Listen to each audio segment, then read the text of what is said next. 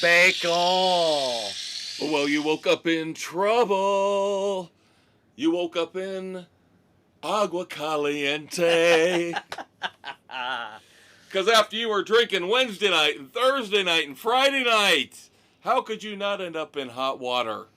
Of course, Agua Caliente, the brand new song from one of our favorite house bands, Roger Clyne and the Peacemakers.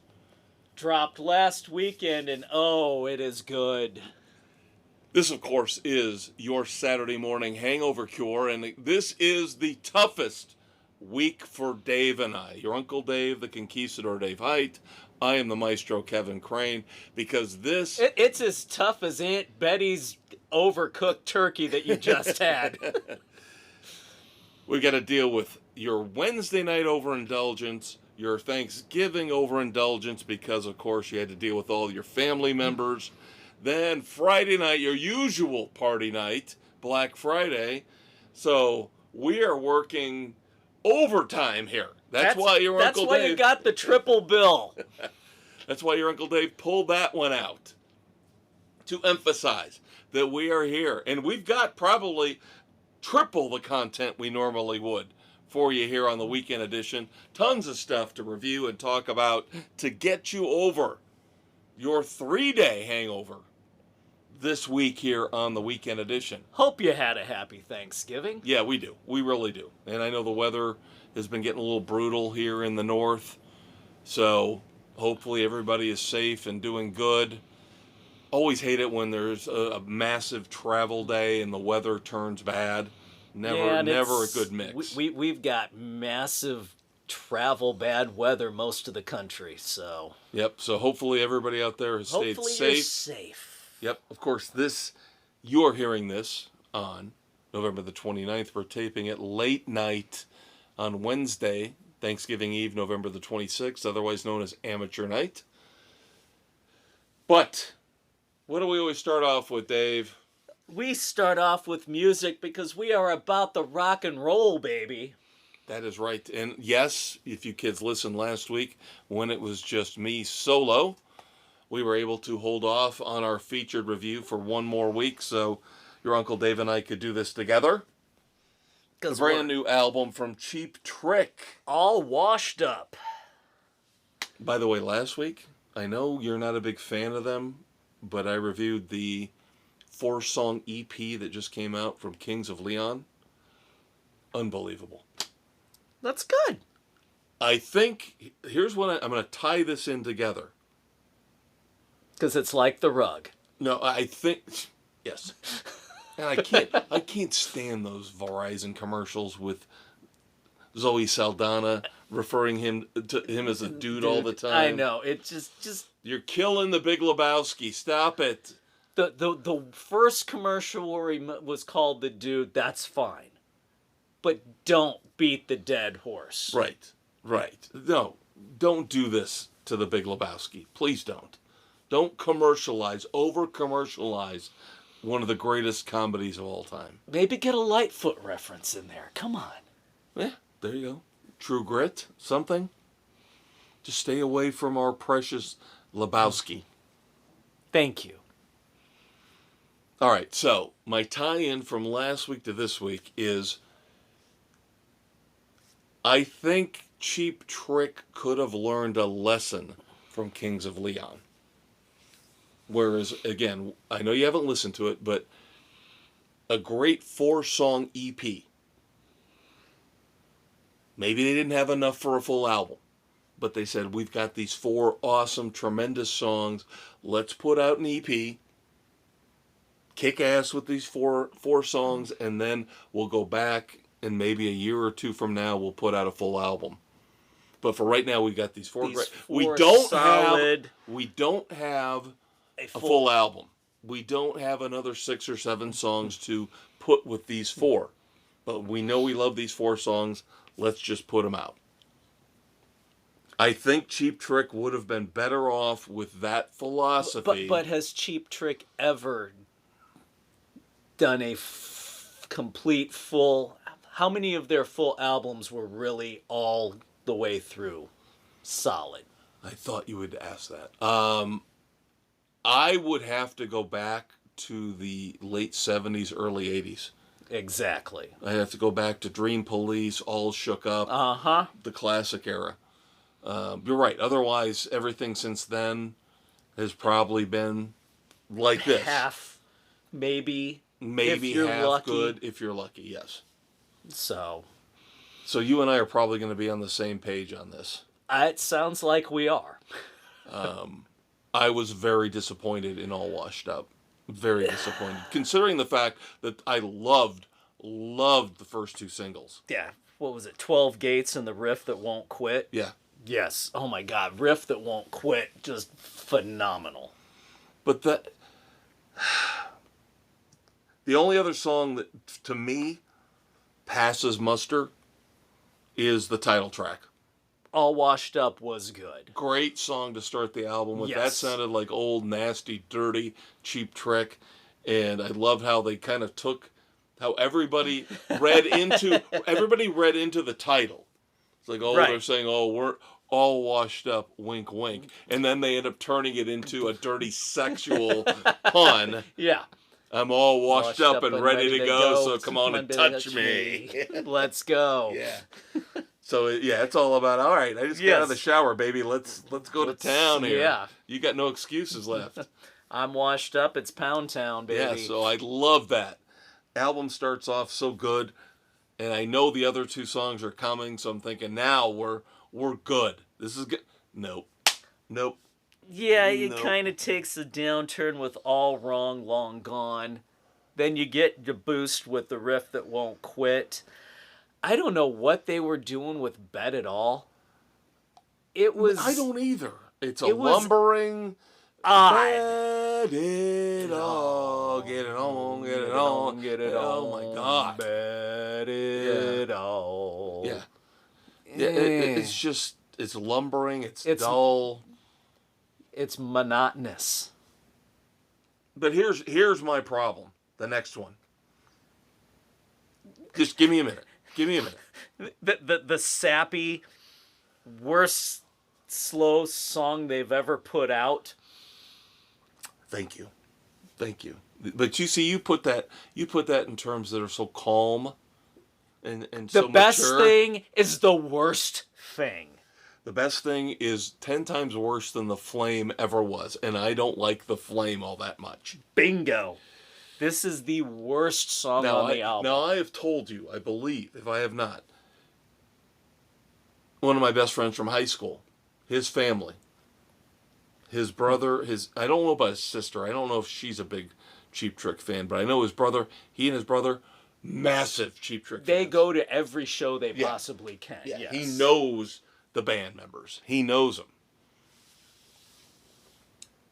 I'm shocked he did not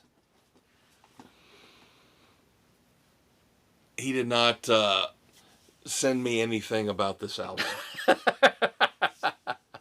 Because the first thing I would have said is, do you realize the best thing could be one of the worst songs ever recorded by a major, dare I say it, Rock and Roll Hall of Fame level band? Yeah. Oh my God. It is putrid. It is bad beyond...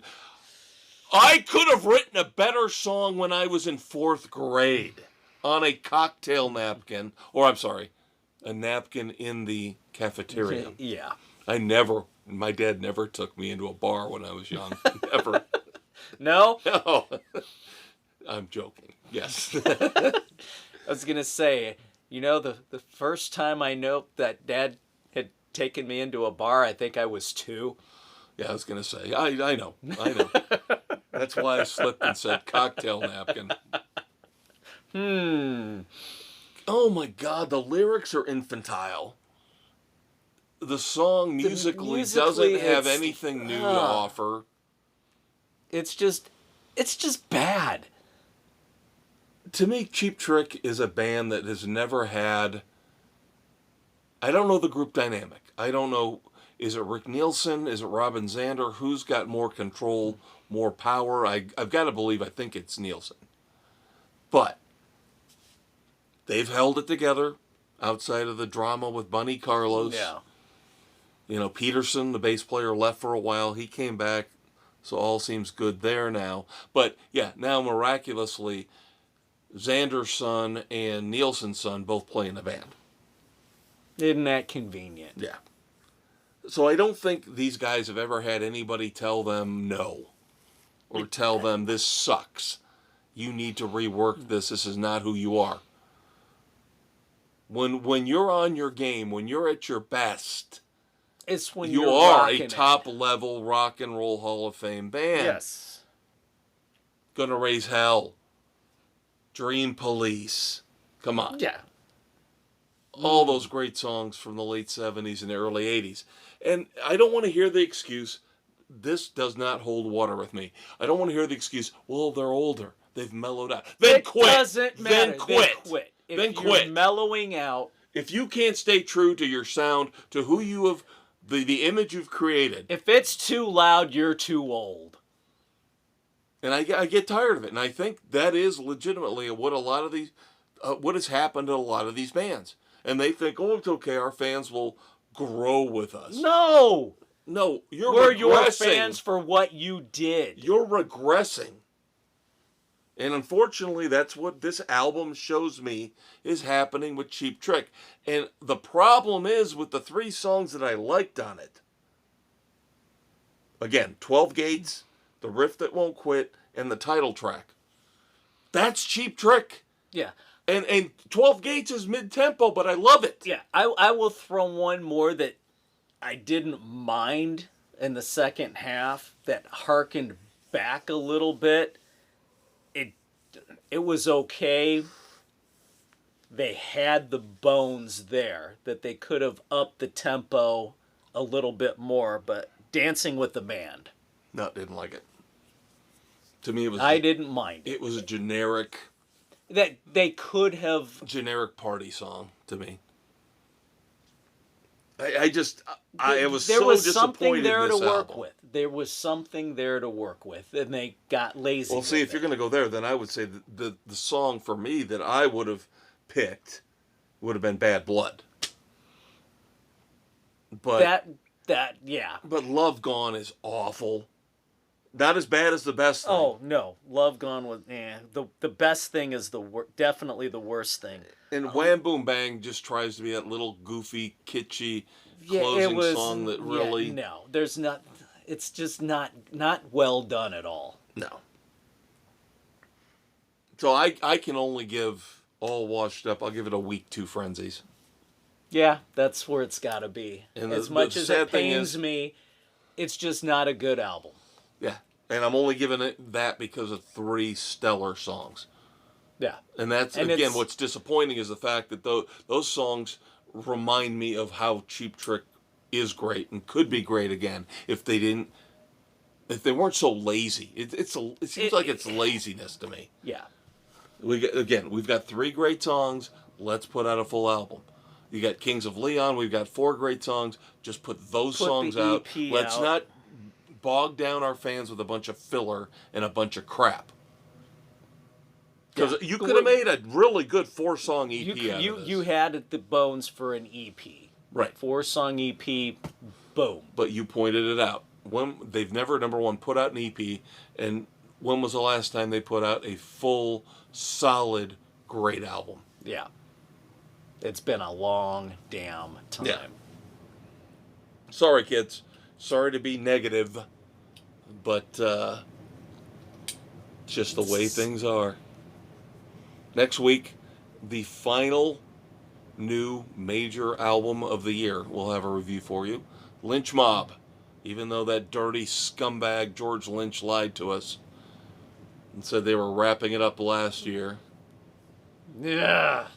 Never believe a rock and roll band or solo actor, whoever, that they're done. They're never done. Yep. But supposedly this is the final album. Right. Just like The Final Ride. Yeah. So Dancing with the Devil will be our featured music review next week. Now, do we want to give a rating to Agua Caliente? Well, I can do that because I wasn't sure if you'd had the time to digest it as much. Now, I figured... I have listened to it several times. Okay. I'm ready, if you're ready. I'm ready. Okay. I, of course, sang a little bit of it at the beginning in my dulcet tones, my beautiful voice. And hopefully, again, that's not a copyright infringement. But Dave and I have been waiting for this moment for a long time. It was, what, just a couple of weeks ago where we were lamenting on this very podcast that Roger Clyne and the Peacemakers needed to come up with some new music. We've got 3 or 4 bands that we consider our house bands, smaller bands. The Hives, the Black Moods, the Cold Stares, and Roger Clyne and the Peacemakers. Is the pinnacle of those. Yes. And I still remember one of the few good decisions I ever made in my life, my train wreck of a life, was dragging this man next to me, saying, we're going to see who's Roger Clyne and the Peacemakers? I said, Dave, shut your mouth. The refreshments. Shut your mouth, and we're going to see this band at Mr. G's. Shut your mouth, we're going. All right, let's go. And we did, and it was a moment that changed our lives forever. We are now aficionados, devoted fans of RCPM. We've seen them multiple times. We try to see them every freaking time we can.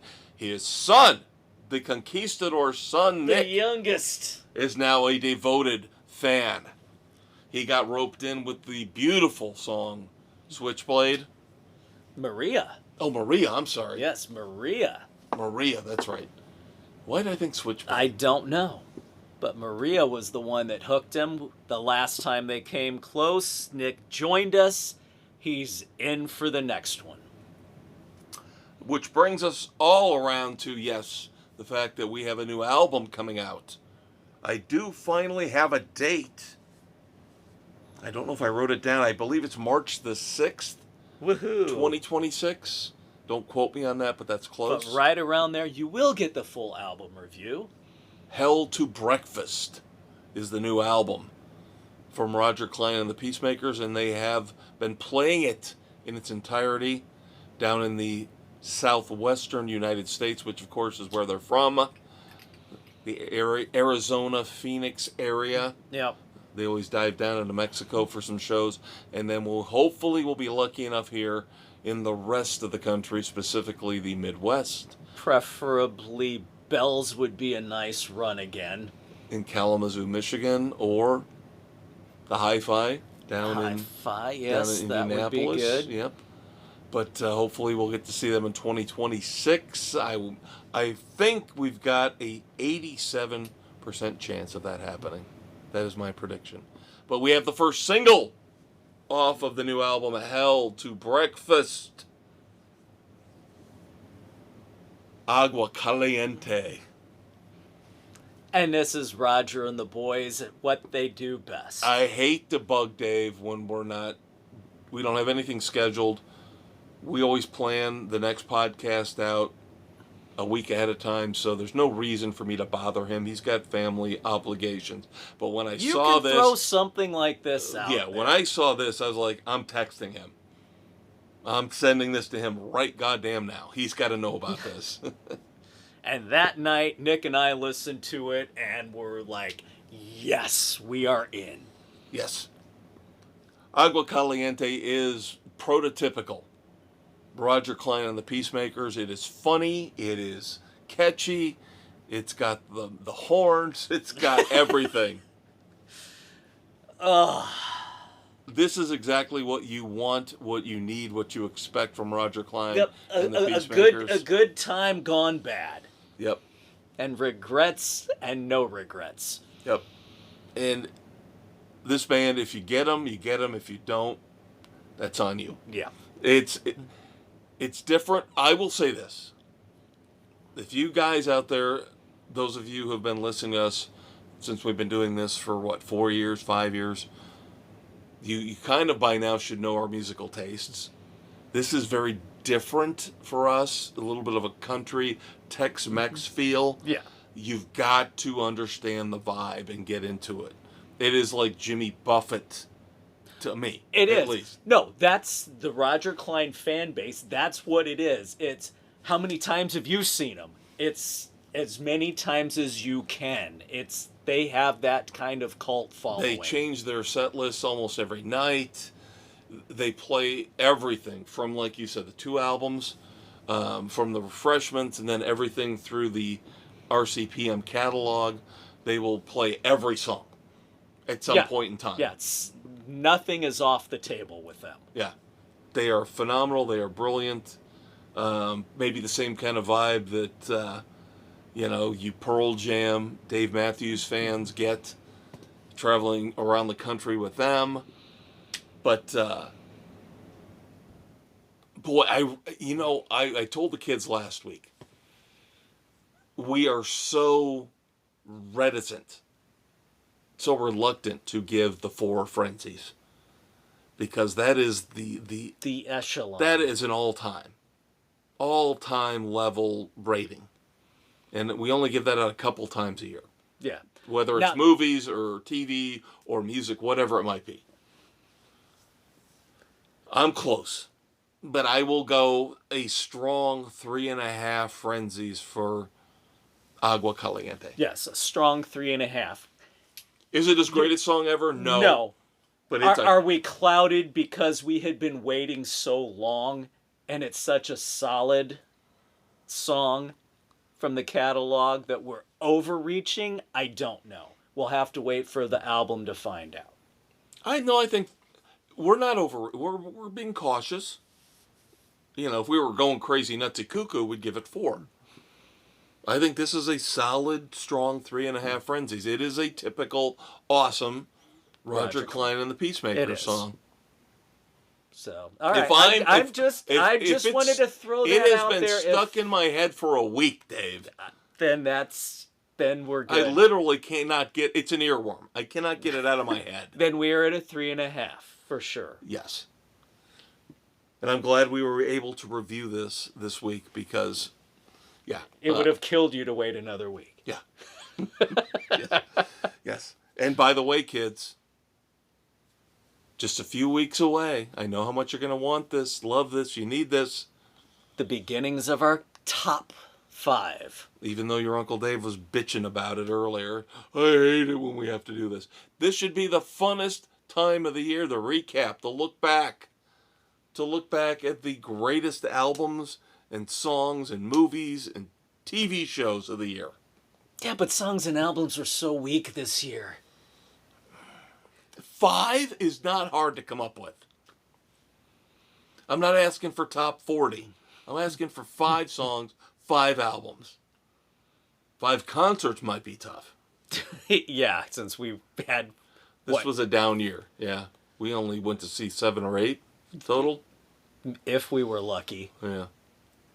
But that's still a few weeks away. Still got some time. We got some time. It's time to begin to re-listen and rehash. Yep. All right, so we move on. We'll do some news here before we get into all the other cool stuff we've got for you. If you need help with streaming and you want to save some money, some cash, I'm your man. I'm your man. The maestro is your man. Disney and Hulu. $5 a month for 1 year. If you get out there. Now, you might have to play some devious little games. You might have to sign up under a different email than you had previously. That's what I have to do. But Disney Plus and Hulu, 5 months for 1 year. And HBO Max, $3 a month for a full year. Once again, I stress to you, you are going to have to play some games once in a while. Because if you are a current subscriber, you ain't getting it. So if it's under one family member's email, go to another. Yep. It doesn't matter. You usually have to have like a 6-month period where you have canceled and you haven't come back before they'll let you have these type of deals. Otherwise, you have to sign up, as Dave said, different email, different family member. just jump back and forth. That's all you got to do. Just have two. That's all you got to do is have two. Next year, you jump back to your primary. Yep. Because then they'll say, oh, you haven't been around for a while. Here, you get the offer. You got to have two. Just jump back and forth. That's all you got to do. This is your Black Friday offers. Yeah. This is the Maestro's Sports Frenzy Consumer Reports Tip of the Week. Now, on the sports edition, and if you're not listening to that, what the hell is wrong with you? Because that's where you get your favorite politically incorrect sports commentary. Also found on Spotify, Good Pods, Pocket Cast, Apple, Overcast, Castbox, Amazon, Audible, and iHeart Sports Frenzy, baby. And the UB2B. And don't forget the Facebook page as well. Now, you and I talked about, and it kind of applies to the weekend edition as well, that they settled the dispute between YouTube TV and Disney and the Rat. However, now it doesn't affect me, so I'm fine with reporting that now we've got another carriage fight. We should have our weekly carriage fight here on the weekend edition. NBC Universal channels are off on Fubo right now. And of course, Fubo is the one that Disney just bought out. Oh, gee, isn't that convenient? Yep. So what Disney's trying to do is they are trying to force everybody to go to Hulu plus live TV. No. No, not going to do it. Unless you want to give me an unlimited DVR like YouTube TV does, fuck you. No, not going to happen. The Rat doesn't need more of your money. Nope. Not when they can't come up with original content for the kids. Oh, we're going to do a new live action Moana. Ah, the Horn of Disgrace. I love the Horn of Disgrace. We don't pull it out all the time. We're judicious with its use. But when it comes out, know it's deserved. It's rewarded appropriately. Awarded appropriately. Did you watch Stargate at all? Movie or TV series? I didn't. I watched the movie, and I watched maybe the first 2 episodes of the TV show. Well, they're bringing it back. Of course they are. Of course, because they got nothing original. A new Stargate series is coming soon to Prime Video. I'm just doing this as a public service announcement. I've never watched anything involving Stargate. The movie had Kurt Russell? Yes or no? I don't remember. Now, the TV show had MacGyver, that guy? Yeah. I can't remember his name. Yeah, Richard Dean Anderson. There you go, yeah. Again, didn't watch it. Just the way it goes. I know he's got to look Damn at it. Oh, stop. Why do you do this? Because we want to be correct. Continue on. All right. Alien Earth has officially now been renewed for season 2. Yes, Kurt Russell, James Spader was in Stargate. Thank you for acknowledging my brilliance. My all-seeing, all-knowing entertainment eye. Sure. Yeah, see, you can't say that to him because he will find a way to make me look like a fool when it comes to pop culture, especially movies and TV shows. We'll get there. So yeah, Alien Earth. Very well done. Alien Earth has been renewed. I'm not as excited about it as I would have been if I hadn't seen the last episode. I just didn't like the way the first season ended.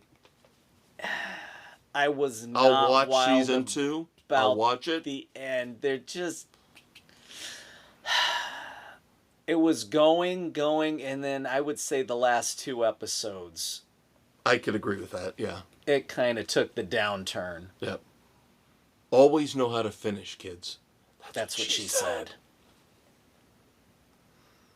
For you video game fanatics out there, yes, we know Fallout Season 2 is coming next month. But now, as we tie this into Alien Earth, Noah Hawley, of course, started off with Fargo. Then he was in charge of Alien Earth. Now he is going to be one of the producers behind a Far Cry anthology series coming to FX. Again, massive video game series. I've played the Far Cry series. Yes. It's going to be an anthology. That could be very good. Yep. Also helping him out is Rob Mack. Of course, I still call him Rob McElhaney, but it's McElhaney. This Rob Mack thing is pretentious as hell. Changing his name because it's too hard to pronounce Rob McElhaney. McElhaney is fine. There's no issues with it. It's a cop-out. No, it's too hard for the snowflakes out there. Too hard. Then they don't deserve to watch his stuff. That's why. Hell, most of them probably don't get his stuff. This is why I mentioned Noah Hawley. Noah Hawley, very smart, behind the scenes guy. Yeah. And Rob Mack, great. Yay! Just pay the bills, Mac. Actually, his wife is probably paying the bills now, since she's now Caitlin Olsen is now a huge now star that she's got with high potential. Now that she's on network TV. Yep, one of the most popular shows on network TV that I haven't watched. No. Again, for the most part, except for CBS, Sunday nights boycotting network TV. I texted your son today for this one because he has more taste in this particular realm than you do. Because I know he cared. So I texted him and I said, Nick, Mission Impossible, The Final Reckoning is finally coming to Paramount Plus on December the 4th. All right, now I can binge the entire thing. Will you? Will you promise me that? I will get through Will you them. promise me that? I will get through them. I promise I will don't watch make them. a shallow, false promise to me on this, I will Dave. watch them. I don't know how long it'll take me, but I will watch them. I promise you. All right. I'm just glad that Nick has been at least some... Now, Nick's got to go back and watch all of them, doesn't he? He's already watched them. All of them or some of them? Yeah, because the 2 days a week he doesn't work, he doesn't do anything except play video games and watch movies and TV shows. When we talked about this, I knew he was into it, but I didn't know if he watched blew, all of them. He blew through them all because he has nothing else to do. And you have to have references to almost all the previous movies to understand The Final Reckoning. Yeah, no, he's blown through them all. So you're the one that's got to catch up. Yeah, but I have other things that I have to do. You're gonna do stuff like menial, trivial things around the house and ignore the greatest movie franchise of all time. Yes, I'm trying to keep the house from falling down around my head. Once again, kids, The Final Reckoning on Paramount Plus, finally, December the 4th. And just for your Uncle Dave, this final one that I wrote down. Just another bamboo shoot under my fingernails. Did you not mention to me earlier one of those horror movies that we love so much? What was it, the Popeye one? Not Popeye the Slayer Man. Popeye's Revenge, which is on Peacock. Yes. Which is on Peacock. But we're still hoping to find it somewhere, Popeye the Slayer Man. Yes. The producer of Popeye the Slayer Man has announced a new film series that he is putting together. Oh, God, help us. The first two movies, one is already done, I think, because they've already got still shots from it. The second one coming soon. Now, he's going a bit off the path. He's not doing the eminent domain stuff. Or not. Not eminent domain. Public domain. Yeah, eminent domain. Eminent domain is where they take your house. The government takes everything you own. Public domain. I don't know how to feel about this. Because this is kind of going down that path of Megan. But he has got a movie already done called Jeffrey Dahmer. Oh, God, no. Oh, Jeffrey Dahmer. Yes, and then the next one will be called Ted Bunny.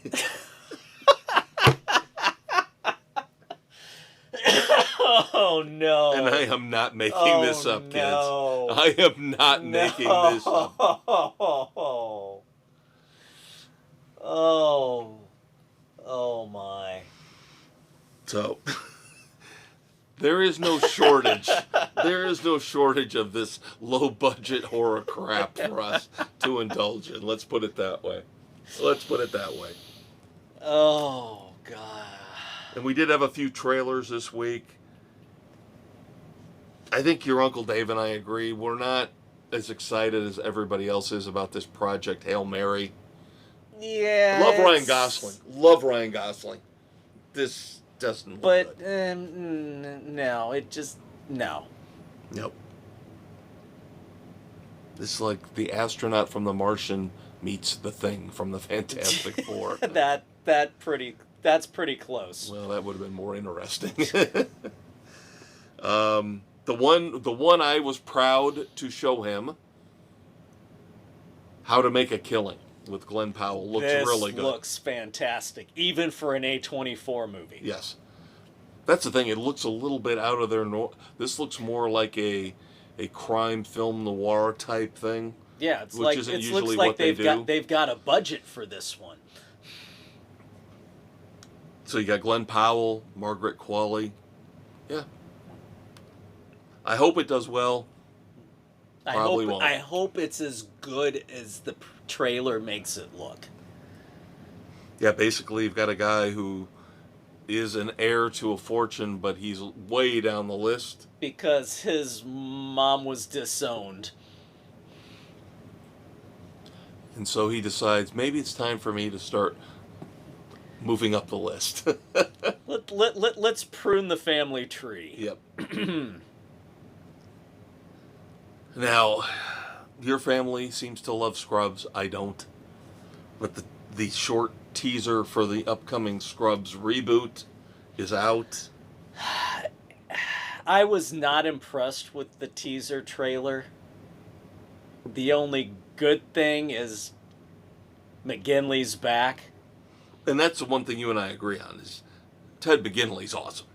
Absolutely awesome. And then I had flashbacks about Stand Against Evil, but yeah, Scrubs never... I don't think Zach Braff is talented at all. No, but I it's I've all never the liked characters him. around I've never, ever liked him. What character? Donald Faison? I don't think he's talented either. No, it's McGinley as the other doctor, the head person, the janitor, the lawyer. Now, the janitor, because he went on to be in the middle. Right. I love him. So, they're the other characters that make the show. Whatever. I'm not watching it. I'm not. Can't do it. That's fine. Won't do it. I'd rather watch old reruns of Bosom Buddies. That was a funny show. That was all right. And then for me personally, Dave doesn't want anything to do with it. He was never a Yellowstone guy, even though ironically here in a minute we're going to review Tulsa King, a Taylor Sheridan show. It's one of those that I never got around to, and it got away, and there's too much, and I'm not going back. So now on CBS, we're going to network TV, so this will be the only other show outside of Tracker that I watch on network TV, and they will, of course, be both on Sunday nights, is Why, Marshals. Why didn't they just call it Marshall Country? I don't know. You and I make fun of this all the time, and, you know, I'm getting to the point where I don't think it's funny anymore. It's so stupid. It is. It's so stupid. It's sad that they can't come up with something somehow the original. why is supposed to... Why don't you just call it Yellowstone, Marshals? Why?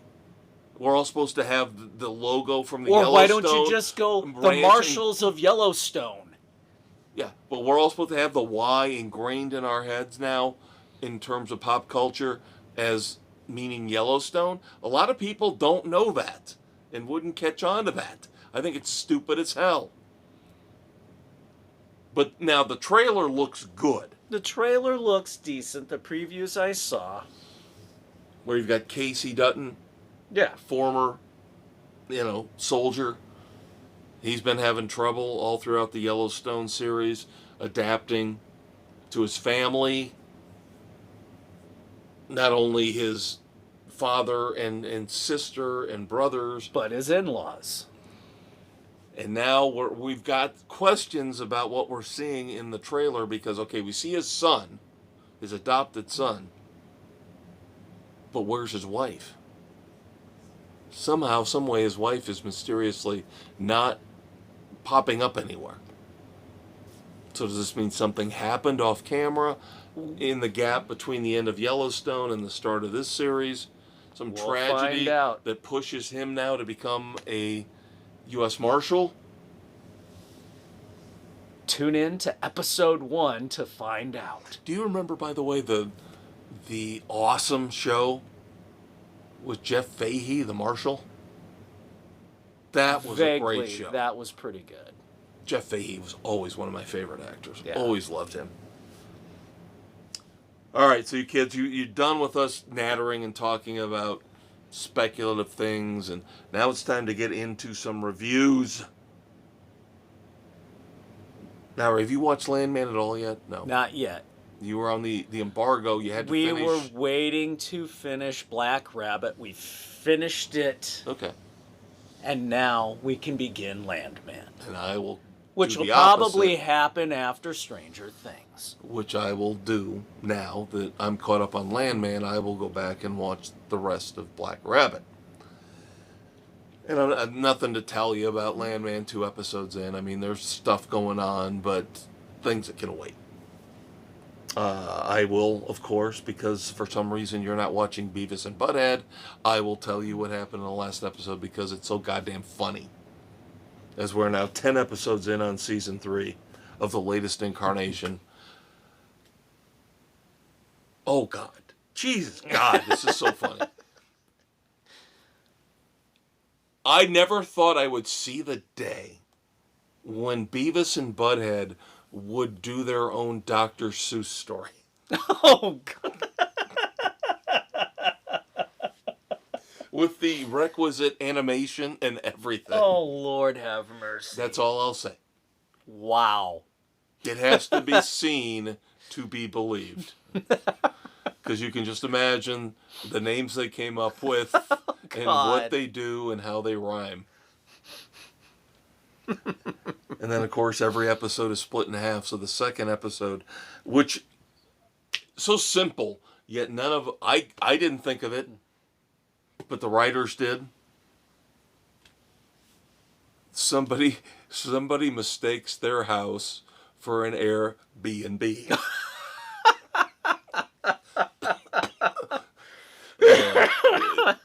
Yeah, baby. We're B&B.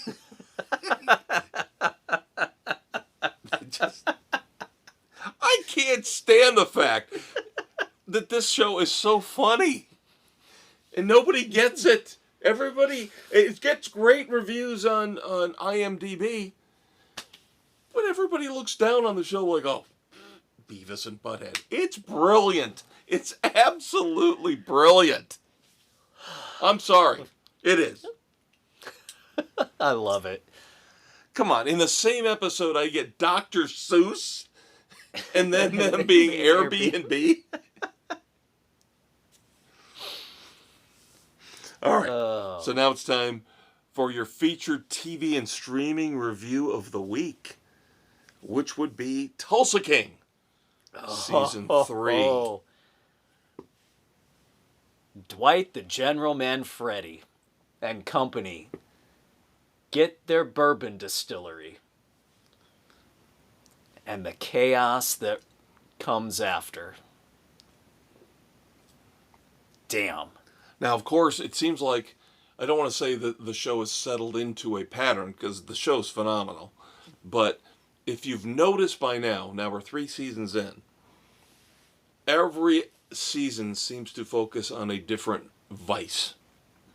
Yep. We've had, what, gambling, pot, and now liquor. Pot, gambling, and now liquor. Yeah. Right, okay, yeah. So I don't know what season 4 will bring.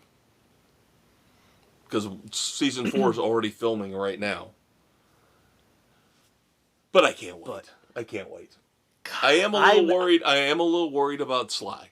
He seems to be, even though I still think he's a vastly underrated actor, he seems to be showing his age a little bit. He's starting to slow down a little bit. Yeah. But still, he pulls off the powerful presence. Right, as Dwight. the leader of the group. Yeah. And it's a good thing that they've got all these other characters, and they're obviously trying to build all of them up. They are. They're doing a really good job with the character development. Yep. On everybody. Those who thought, they're just background. No, they're starting to take more of a prominent role in what's going on. Yep.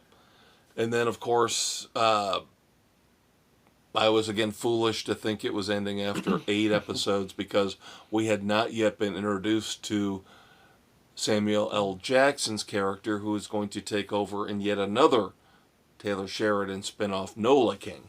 Yep. So in episode 9, Samuel L. Jackson comes in, given a dirty, devious task, and of course, because his loyalty to Dwight overrides that, supersedes that, he gives him the heads up, says, "Yep, I'm going to leave pretty soon, but I'm here for you while I'm here, letting you know." Yep, you know. They work together, their friendship, the bond is there. Yep. I like the character. Yep.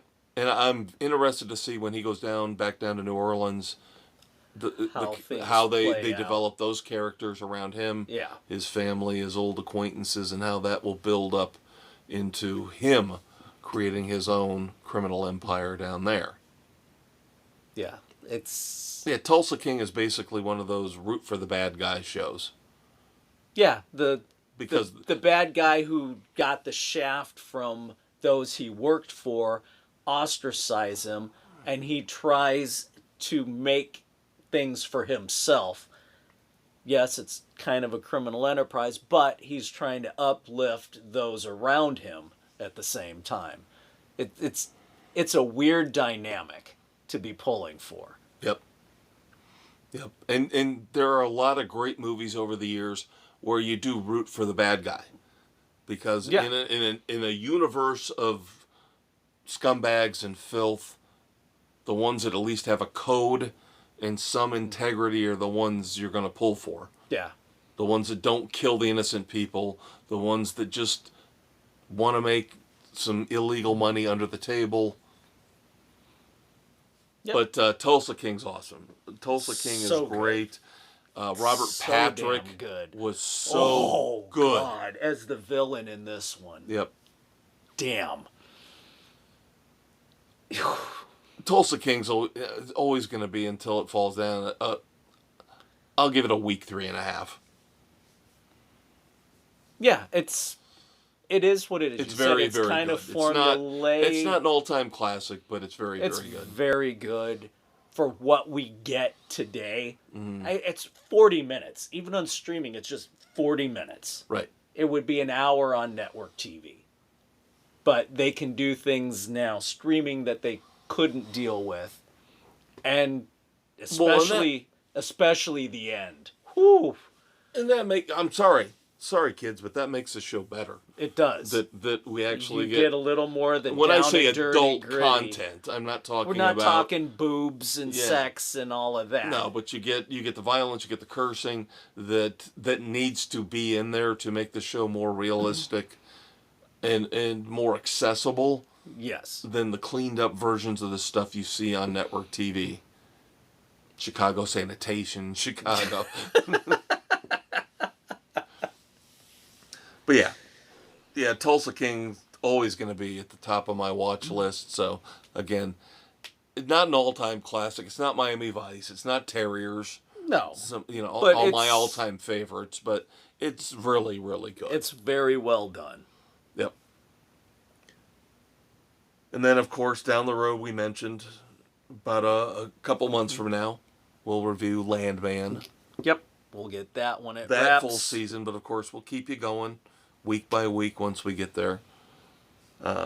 Yeah, we're still doing the Black Rabbit Landman swap here. Yep. So that should lead us, believe it or not, kids, into a book review, but it's not your Uncle Dave. No, surprise, surprise. Your Uncle Kev has the book review. So it is time for Literary Frenzy.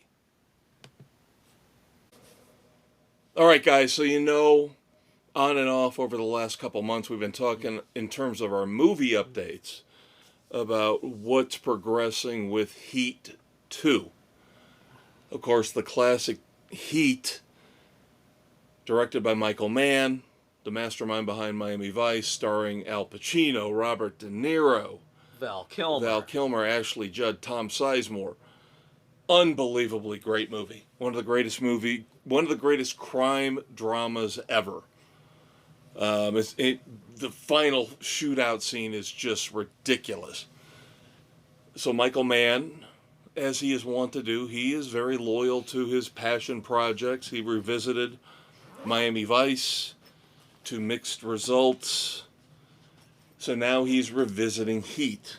Now, we're going back a couple years. I will admit, this is a long book. Heat 2 is a long book. He wrote this along with Meg Gardner. It's about 500 pages. Whew. I got through about 150 when it first came out, and I first got it. And I said, I got to put this aside for a while. It's not connecting with me. I don't understand what he's trying to do here, because it's a fractured story. It time jumps between before the events of the movie Heat and after the events of the movie. So you've got things that happen involving De Niro's character, Neil McCauley, who we all know, spoiler alert, if you haven't watched the movie, that's on you. Neil McCauley dies at the end in a showdown with Al Pacino's detective, Vincent Hanna. So when I first started reading it, I didn't quite understand what Michael Mann was going for with all the time jumping. Now, Val Kilmer's character, the late great Val Kilmer, of course, God rest his soul, played Chris Shiherlis, who survived that shootout at the end of Heat. But he was pretty beat up. He was in bad shape. So we get an explanation of what happened to him and how he survived. And then, of course, we're following Al Pacino's detective, Vincent Hanna, past into the future. When I picked it back up again, when I heard that they were finally going to start being serious about making the movie, I said, well, then I got to read the damn book to be prepared for the movie. And once I got about halfway through the book, I skimmed back to refamiliarize myself with everything that I'd read 10 months before. Yeah. And then I moved forward, and then I said, oh, now I get it. Now I understand what he's trying to do here. He has connected all of these storylines, past and future, by bringing in a new character. He brings in this new scuzzbag character called Wardell, who connects everything and connects the fates of Hanna and Shiherlis and McCauley. He is like this poisonous timeline that runs through their lives. Yeah. And then you finally, 200 pages in, start to realize what Michael Mann and Meg Gardner are trying to do here. Then things pick up. And then you're starting to understand, now I see an end point, I see what they're trying to do here, and it all works. It is brilliant. It is absolutely brilliant. I will say, though, obviously, if I set it down, there are times when it's sluggish and it's slow. Some of the storylines are especially Chris, when he goes away for a while out of the country, that storyline is a little bit slow and dull, a little dull. But when they go back in time to Neil McCauley, when he's still alive, he's got this heist set up before the one in Heat, and that storyline is intense and phenomenal beyond all belief. The character of Vincent Hanna, again, kind of snakes his way through all of these little subplots, and you're waiting to see, okay, we already know what happened in Heat. Yeah. De Niro's character, Macaulay, dies. What happens to John Voight's Nate? What happens to Chris Shiherlis, Val Kilmer? What happened to who dies? When do they die? Do they all die? And then you've got this new wild card, Wardell, that's thrown in. Be very interested to see who they cast as Wardell. I've got an idea of who they should cast. I don't think Alan Rickson would be a bad pick. Bigger character. Yeah. Basically a big badass psychopath. Okay. After reading the book, again, almost 500 pages, that's a little bit long for me. I usually prefer 350, 375. After that, I do get a little antsy. So that's why I dropped out on this and came back to it. But in the end, it was very rewarding. It was worth it. Do you get a firm and clear conclusion with all the characters? No. So could we get Heat 3? There's a possibility. I don't think it'll happen considering how long it took them to put this together, but it leaves the door definitely open for Heat 3. All right. I will give Heat 2, and the numbers are going to get all mixed up here, I will give Heat 2 a solid 3 frenzies. As we wait for Heat 3. Not to be confused with the first Heat. All right. But yeah, when the movie, the movie's still probably 2027 at best. Yeah, I would think that would be the earliest. I'll go back and I'll watch the movie again. And this could be one I would go to the theaters to go see.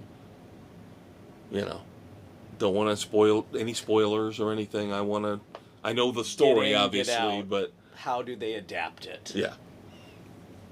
So, hopefully have a couple more book reviews for you. Your Uncle Dave will have 14 before the end of the year. I'll be lucky to get 1 or 2. But I'm shooting for 2 more before the end of the year. Reacher, the latest Reacher book, Exit Strategy, and the new Spencer novel, which just came out. So, God, I'm going to have to put a pause on playing Ghost of Yote and read. What was it that Shannon Doherty called Jason Lee and Mallrats? Gamer Boy or something like that? Yeah. That's what you are. Right now, yes. Sega Boy. Sega Boy. I'm Sony Boy. How about you bring those prices down, Sony, on the PS5s, by the way? Let's get a good holiday pricing going. Please. So some of us could actually get a PS5 at a reasonable price. Yep. That would be nice. Now it is time for what I like to call catching up on movies. No, we don't necessarily have a new review for you this week, but Dave and I are both going to review movies that the other has already watched and reviewed here. Yeah. And on a note, we are still waiting for Primitive War to be delivered. It appears that the studio and Amazon did not anticipate the high number of pre-orders that they got for it and did not have the stock available. Oh, no. So now we are in waiting mode. Yeah, Amazon's getting really bad with... You guys ordered Blu-ray, right? I would assume. Yeah. Yeah, they're getting really bad with the Blu-rays. Really Yeah, they bad. suck right now. Yeah. So Because again, they keep claiming that Sony stopped making Blu-rays, so that's really cut down. bullshit. Yeah. Bullshit. No, just an excuse. Just an excuse. So why not? So now I told the kids last week the 2 movies I reviewed last week you were going to catch up on this week. So why don't you go ahead and review those? All right, what did you do last week? I did Frankenstein and the Unholy Trinity. Okay. Let's start with Frankenstein, since that's been back further. So, with Guillermo del Toro, loved the way that he broke this down. You get kind of the prequel, you get Dr. Frankenstein's version, and you get the monsters version. Mm-hmm. Beautifully done. Hit the main themes, because all these old monster movies that have been redone have kind of been a joke. This one, fantastic. So, not disappointed at all. It's his passion project. Follows the story very well. You get some cool little details on the way things morph through. I loved it. I will give it a solid 3.5. Just the cinematography, the way it was done, the effects, the way he brought the story to life. I thoroughly enjoyed. Yep, and last week I gave it, I don't know, I sounded like I was tearing it apart, and then I end up giving it a weak 3.5. I thought it was one of the most visually stunning and brilliant movies I've seen in a long time. Well acted, very well acted. I think Jacob Elordi should get a supporting actor nomination for playing the monster. Oh, absolutely. And I wouldn't be surprised if Oscar Isaac got a nomination as lead actor for Victor Frankenstein. I think my only concern, my only criticism was, and you and I have talked about this, been there, done that with the Frankenstein mythology. It didn't, to me, add anything new to the story. It's the same old story. It's just told with a bigger budget and a guy who understands how to make it visually stunning. Yeah, I mean, what more can you really do with it, though? But that's not an excuse to give it a high rating. No. Everything about it was stunning, except it just... Sometimes these stories have been told so many times that there's only so far you can go in praising. Right, yeah. We're always looking for new things. We're always looking, I want new ideas, new stories, new twists, new turns. And even though this was gazing upon this movie was brilliant. It was mesmerizing. Yeah. It was. It wasn't just him trying to create life. There was a backer and a reason to try and pull it together. I could see that coming a mile away, though. But now here's the thing. I talked to my daughter last night. She watched it. She said the same thing, except she wanted the movie to be shorter. She thought they could have cut time out of it. I said I would have preferred... I would have seen a little bit more. Yes, I wanted 3 hours.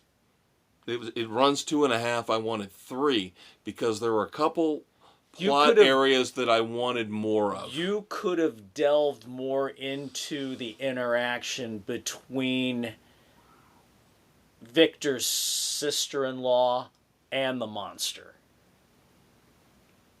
And you could have actually taken that next step and gone down the Bride of Frankenstein bride path that the monster wanted. Yes. Yes. So you could have expanded upon that. Yeah. I will agree with you on that one. Yeah. There have been very few movies, and you and I know this, when we see long run times, we start to groan and go, oh God, this movie's really 3 hours, 2.5, 2:45. Even superhero movies, you go, oh my God, really? Yeah, seriously. If they're well There are done, it doesn't feel very like few long movies that work. Apocalypse Now worked. The Zack Snyder version of Justice League worked. 4 hours, but it was all it phenomenal. worked. Nosferatu did not work. Right. And I think this would have even been better with another half an hour or 45 minutes of additional plot. Yeah. Because then I think then you expand Then more on you get... the basic bones, sorry, no pun intended, of the Frankenstein story. Yeah. You delve into Now, those other it areas. obviously, going back again to my daughter, the one thing that the movie did achieve, she said she's going back and reading Mary Shelley's Frankenstein. So, okay, then it did its more job. power to her. It did its job then. The movie read did it, its job. Yeah, I read it. It's kind of a tough read. But now I told her, I said, you need to go back and watch the Boris Karloff original. Because even though it's got the old school cheesy special effects, it's still the best. Yeah, it's short, sweet, and boom, boom, boom. Yep. So we're close. We're close on this. Yep. And then we had the Western, The Unholy Trinity, with Pierce Brosnan and Samuel L. Jackson. Watched this with Nick, and we both kind of agreed on this one, that it's your typical Western revenge that morphs into something a little bit more. And here's the thing, spoiler. We got together for dinner last week. Right. So again, thank you very much for that birthday dinner, by the way. But You're welcome. we kind of discussed this movie at dinner. And this is where I was going to jump in and say, this is where I'm going to change my review. Because last week on the podcast, I gave my review, and basically the same as what I told you guys as we discussed the movie at dinner last week. That now initially I said I liked it, but it just like Frankenstein.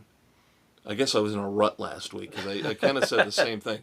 It just didn't elevate the Western, the prototypical Western storyline for me. Now, I told you later on in the week, I started digging around and looking up other old Westerns. So I kind of got back into Westerns thanks to the Unholy Trinity. And the more I thought about it, the more I said, I think I'm being unduly harsh on this movie. Now, I'm not saying it's an all-time great. It is not The Good, the Bad, and the Ugly. It is not The Magnificent Seven. It's not a classic. But the storylines where kid wants to avenge his father against the rogue sheriff, and then, oh, okay, yeah, dad wasn't quite the model father figure that the kid seems to want him to be, and you got to listen to some of the clues going on to find the hidden treasure at the end. So a lot of side characters brought in, which is a classic Western dynamic to, you got to have the good to offset the bad with the final showdowns and everything else. And then, of course, another thing that we didn't talk about this, I mentioned to you that the bartender plays Spock in the new Star Trek series, Strange New Worlds, did not mention the kid who plays the Dunmire son in Tulsa King is in this as well, as one of the thugs. Right, yeah. What, the three brothers, right? Yep. Who beat the sister who has her moment to shine. Yeah. So the more I started thinking about this stuff, and I've elevated, this is where I was saying I'm going to change a review. I'm elevating my review of The Unholy Trinity. I think I'm going to bump it up. I gave it, I believe last week I gave it 2 frenzies. I'm going to bump it up to 3. It's a week 3. I think that's good, yeah. I It's think a a week week 3 is good. 3 because you've got redemption for the kid, redemption for the sheriff, redemption for the sheriff's, or a kind of a resolution for the sheriff's wife. And you've got others who had been wronged finding their place. And those, the evil dwellers get their comeuppance, as always needs to be in a good Western. Yeah. Yeah, I think I needed time to reflect on this one. That I was too hard on it. The first First review. go. Yeah.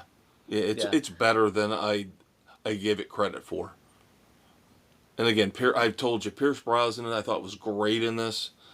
I thought Samuel L. Jackson was great in this. I didn't like the kid, but again, that's a thankless role. It's just he's stuck in between two great actors. right.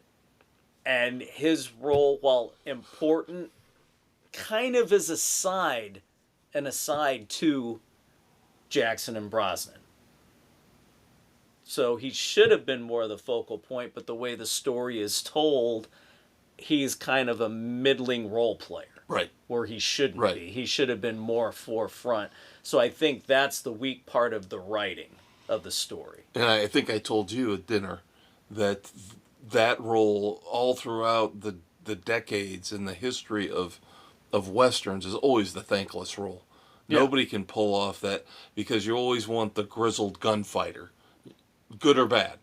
Whether it's Lee Van Cleef or Eli Wallach or Clint Eastwood, I told you the only one that I think pulled it off was the kid in Unforgiven, who of course has the great line with Clint Eastwood where he goes, "I guess they had it coming," and Clint comes back with, "We've all got it coming, kid."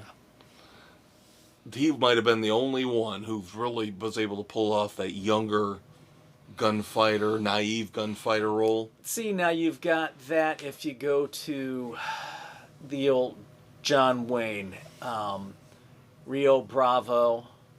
No, not Rio Bravo. Rio Lobo, and then there was another. It was basically the same movie twice. One with Robert Mitchum and what was it? I think it's Robert Mitchum is the drunk sheriff that he comes in, and the young gunslinger is James Caan. Mm.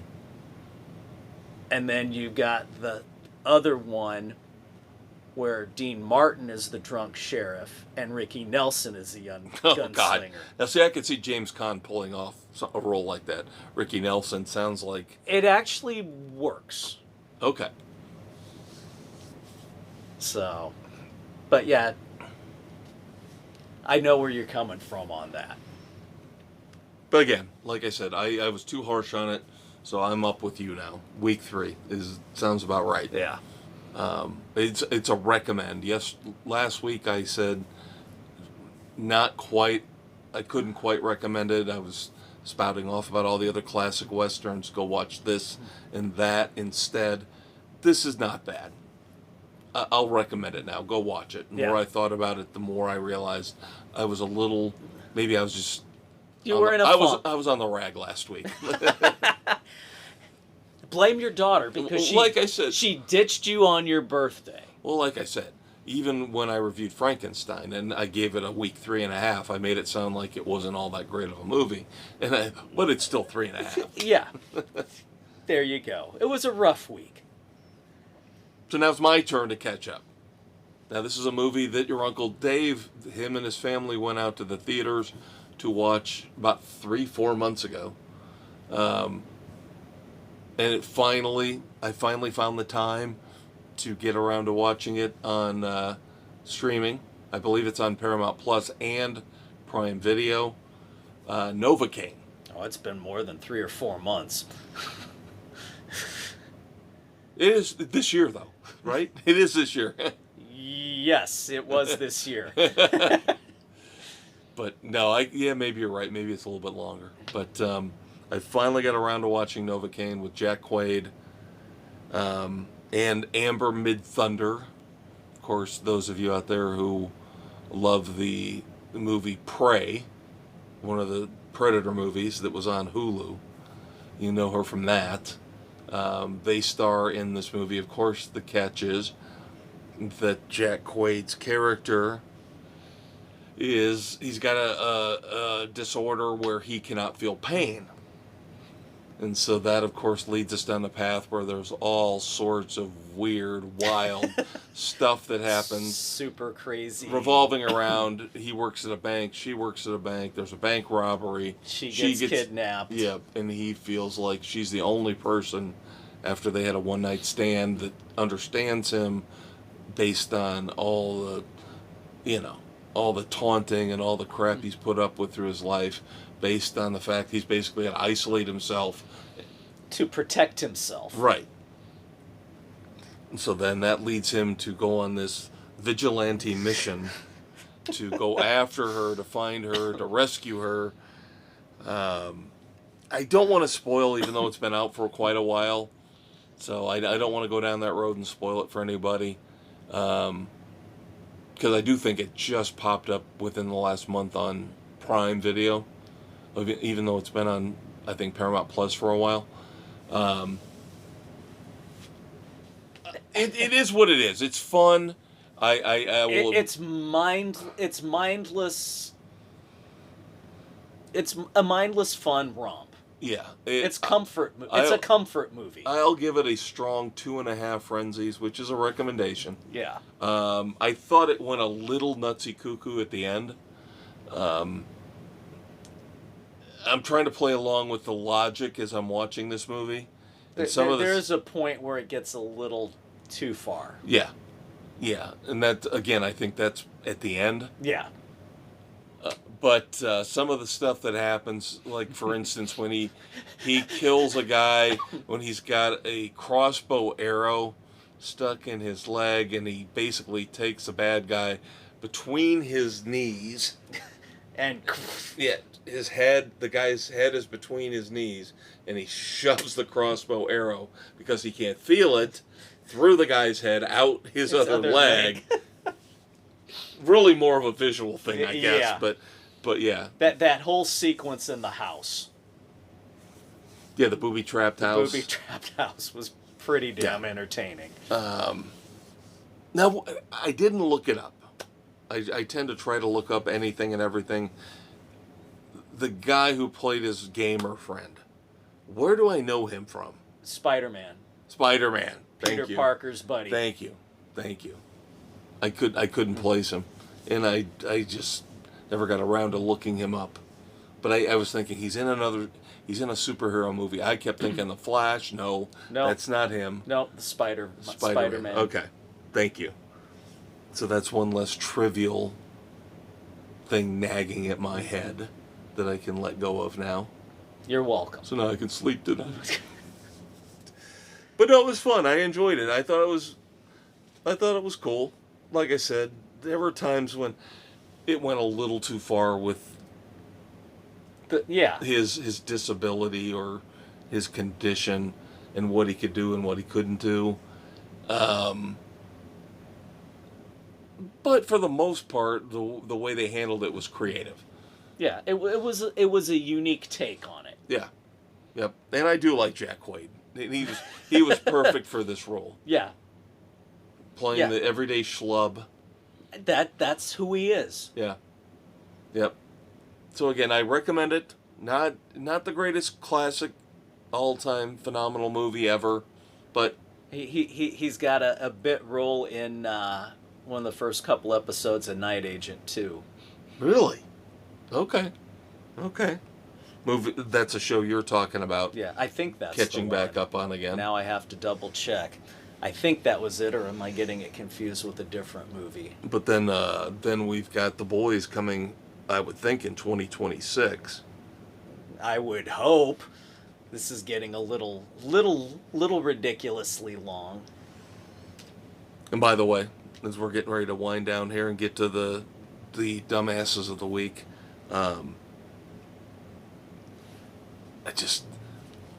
out of all the shows you and I talk about, all the shows that are out there that we're trying to watch and trying to catch up on, I don't have any interest in watching Gen Z right now, or Gen V. Sorry, Gen V. We I watched... don't have any interest in Gen Z either, by the way, because they piss me off beyond belief. Thanks, Cassidy. We haven't watched it since like the third episode. It's too much to me. It's just too much. It's like a sledgehammer. Just overdone. Oh, too much. And plus, I don't think the actors are... You can pull that off with The Boys because you've got Carl Urban and you've got Jack Quaid. You've got great actors and actresses. You don't have that with Gen V. You've got to have that to offset all the blood and the violence and the constant mayhem. Yeah. And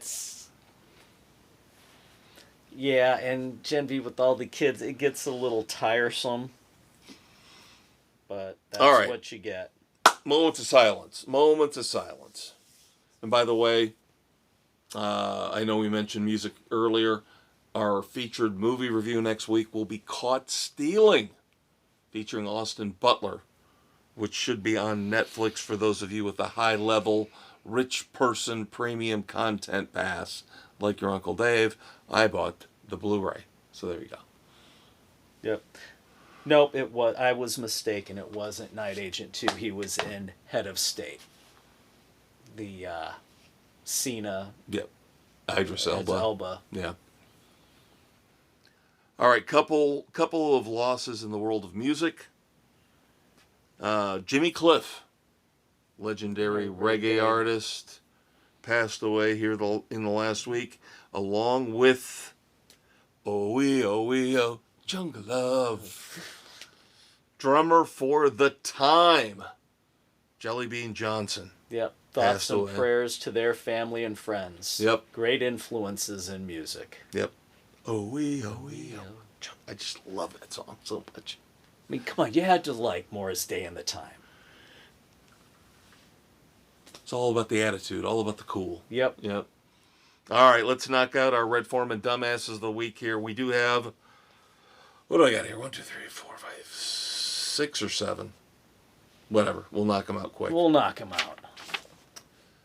Those bastards at the Rat start us off. They are going to institute dynamic pricing at Disney parks. Fucking hate dynamic pricing bullshit. Fuck you people. So guess what, kids? You better buy your tickets ahead of time because you show up, and if the park's busy... You're paying more to get in. Yep. Now, I don't know if this is just for tickets or if this is going to be concessions and everything. Oh, I'm sure it's for everything because that's what these greedy fucks do now. Yep. But now if Disney's doing it, we have definitely reached a point where this is going to become the norm, and it just sucks. And people can't afford to do anything as it is. This puts everything out of reach for the normal person. Speaking of rich assholes, we move on to Carmel, California. Of course, if you remember, back in the day, there was one badass mayor for Carmel, and that would have been Clint Eastwood. Yep. But now it has become an enclave, as the kids say, for the rich and the richer. Carmel, California has banned pickleball in their public parks. Why? It's too noisy. What? People around the park say it's interrupting their quiet time. They're fuck peaceful. you people. This is why I said public it's all parks, a bunch of rich snobs. Public parks are for fun. Who would have thought we'd gotten to the point anywhere would only in California. Pickleball. Only in California. You've banned pickleball for being too noisy. And they actually, believe it or not, the people that want to play pickleball said, what if we try these, there's these different paddles and different balls that are, softer. Nope. Well, not going to do it. We're getting rid of it. Fuck you. Let's move up to Alaska. Let's move up from California to Alaska. The Anchorage School District put out a pamphlet that featured the Declaration of Independence and the Constitution with a disclaimer that said, quote, well, the Anchorage School District, quote, does not endorse these materials or the viewpoints expressed. What the fuck? Again, let me repeat, kids. This pamphlet from the Anchorage, Alaska School District featured the Declaration of Independence and the Constitution of the United States and had a disclaimer that said the Anchorage School District does not endorse these materials or the viewpoints expressed. Oh my god. Then they admitted Oh later, my we might have made a God. mistake. Gee, you fucking think? Oh my god. Now we move on to Judge Matthew Thornhill in Missouri, who was forced to resign, let's say, because after a long period of time where he was allowed to come into his courtroom wearing Elvis wigs, making references during judicial proceedings about Elvis Presley and playing Elvis Presley music at times during trials. Finally, they said, maybe we're going to have to bring you up on, dementia? we're going to have to bring you up on some penalties, some kind of, reprimands here for doing this stuff. And they said, we're going to put you in front of the review board. And he said, okay, I guess I'll quit. Good. There's no... Come on. There's it's not... video and pictures The of courtroom is not a fucking circus. Yeah, and this is what his excuse was. Basically the opposite of what you said. Is I was trying to bring some levity to serious proceedings. No. A courtroom is not a fucking circus. I've told you the story about what I heard when I worked at the courthouse down in Florida, right? Oh, that boondoggle. Yeah, about the judge. I heard stories about one of the judges down in the county I worked in where he had a penis pump underneath the bench. Yeah. That's why I'm not specifying what county, but yeah. I heard a story or two. Yeah. And I've always said, there's a line. When you cross a certain line when it comes to power and prestige and celebrity, you lose your fucking mind. And you think you get away with anything and everything you want. Yep. Nope. And you'll notice that theme is a recurring theme here on Sports Frenzy. Whether it's the weekend edition or the sports edition. All right. Dave and I get mad all the fucking time about great quality shows that get canceled. Last week I talked about Poker Face. Dave knows about this. He wasn't here, but he knows about it.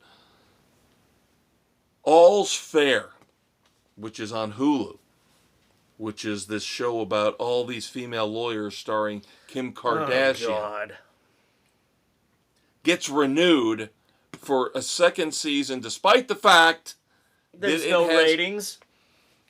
It has a 3% score on Rotten Tomatoes. 3% recommend score. Which is toilet bowl, bottom of the basement stuff. But it gets renewed. Because it's got a Kardashian and an all-female cast. Including a black lesbian. So, yeah.